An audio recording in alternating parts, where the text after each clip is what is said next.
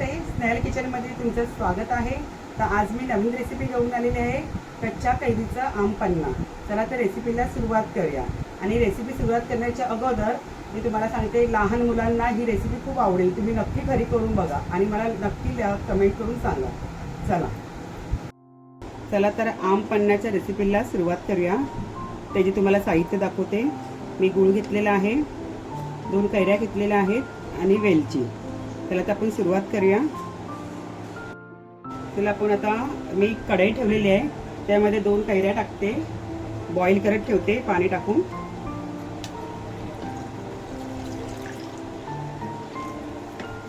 त्याच्यामध्ये कैऱ्या ठेवूया आपण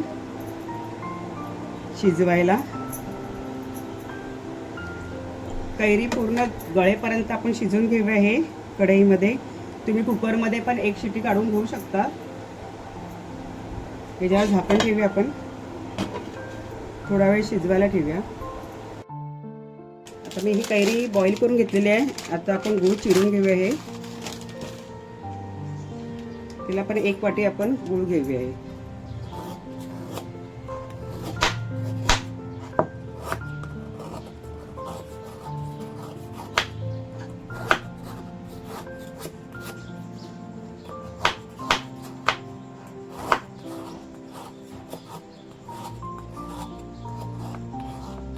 म्हणजे ही कैरी चांगली बॉईल झालेली आहे। हे बघा, जरा थंड होऊन दे, त्यानंतर आपण सुरुवात करूया।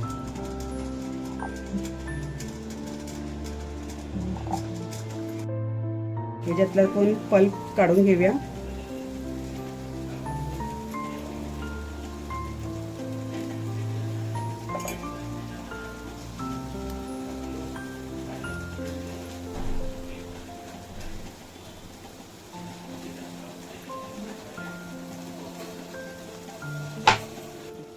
चला तर आपण हे पल्प काढून घेऊया। गुळामध्ये हे करते मी।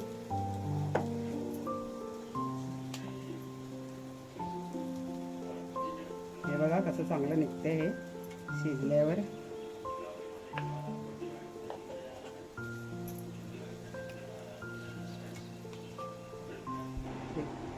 मी पल्प हे गुळामध्ये चमचा मी वेलची टाकते। थोडंसं चवीनुसार मीठ टाकूया आपण, थोडंसं, जास्त पण नाही टाकायचं, चवीनुसार ते पण।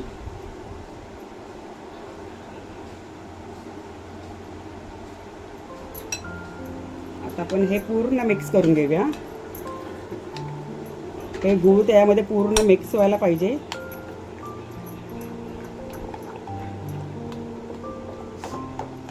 ते आपण गरम नाही करायचं, ह्यामध्येच मिक्स करायचं ते चांगलं।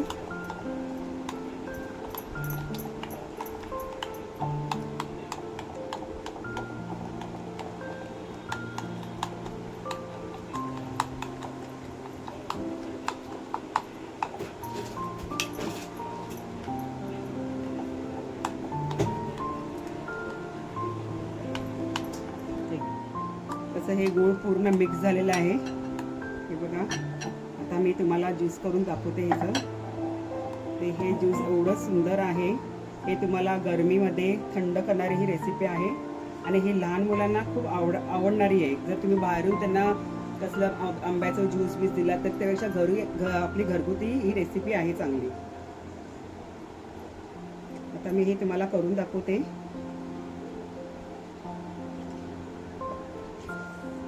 ही जवळजवळ तुम्ही स्टोअर करून ठेवू शकता 15 दिवस तरी। कधीही गरमीतनं तुम्ही जरी बाहेरून आलात तर तुम्ही पटकन लवकर हे करू शकतात आणि ही झटपट होणारी रेसिपी आहे।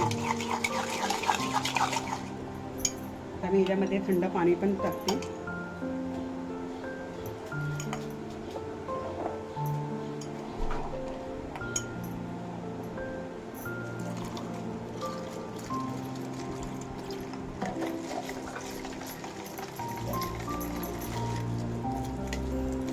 तुमच्या घरी ही नक्की करून बघा तुम्ही।